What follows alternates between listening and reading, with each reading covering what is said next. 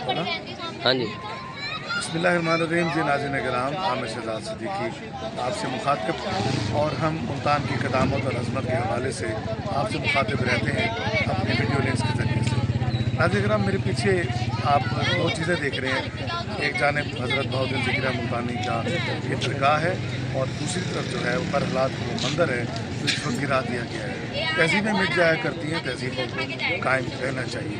یہ قلعہ کونا قاسم باغ جس میں اس وقت کھڑا آپ سے مخاطب ہوں، یہ قلعہ کونا قاسم باغ پانی کی سطح سے جب اس کے ساتھ دریا بہا کرتے تھے 150 فٹ کی بلندی پر خصوصی طور پر حفاظت کے حوالے سے بنایا گیا۔ یہ وہ قلعہ ہے جس نے بہت سے حملہ آوروں کو دیکھا ہے، کبھی آباد ہوا ہے، کبھی اجڑا ہے، کبھی گرا ہے، اور کبھی یہ بسا ہے۔ اب یہ سبزہ زار کے طور پہ جانا مانا جاتا ہے۔ اصل میں یہ اس وقت کے گورنرز کا، کئی گورنرز کا ہیڈ آفس رہا ہے، جس میں نواب مظفر احمد خان صاحب کا میں نام لوں، جو یہیں سے اسی قلعے سے انہوں نے رہائش رکھی تھی اپنی، یہیں ان کے فوجیوں کی بیرکیں تھیں، یہ ان کے گھوڑوں کے استعمال تھے، یہ ان کے اہل خانہ رہتے تھے۔ آج وہ یہیں دفن بھی ہے اسی مزار کے اندر۔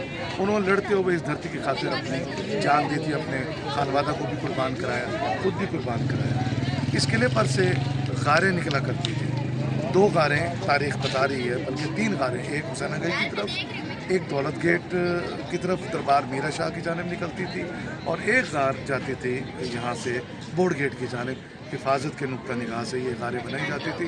جب لڑائی لڑنے کے بعد یہ دیکھا جاتا تھا کہ اب ظالم جو ہے وہ ظلم کی طرف بڑھ رہا ہے، پھر اپنے خواتین کو، اپنے بچوں کو ان راستوں سے نکال کے پانی کے راستے دور بھیج دیا جاتا تھا۔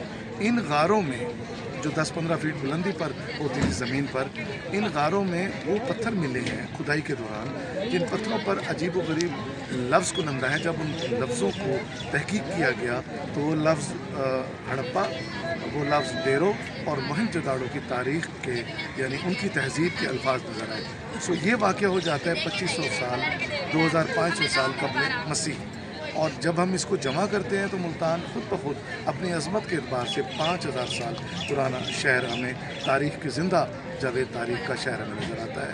اور انہی غاروں کے اندر زندگی کے اثرات بھی پائے گئے تھے، اور جب اسی قلعے کے اوپر ایک مسجد موجود تھی جو شہنشاہ اورنگزیب نے تعمیر کرائی تھی، بہت شاندار مسجد، اس مسجد کو انگریزوں کے حملے کے وقت وہ منہدم ہوگی، اس میں بارود پھٹا تھا اور وہ مسجد منہدم ہو گئی۔ اس کے اثرات سر کنگھم نے، جو 1853 میں ملتان آئے تھے، برٹش تحقیق محقق، انہوں نے اس کے اثرات وہاں دیکھے تھے۔ آج کا قدیم ملتان آپ کی خدمت میں پیش کیا۔ انشاءاللہ پھر کسی نئی بات کے بعد آپ کی خدمت میں حاضر ہوں گے۔ اجازت دیجیے، اللہ حافظ۔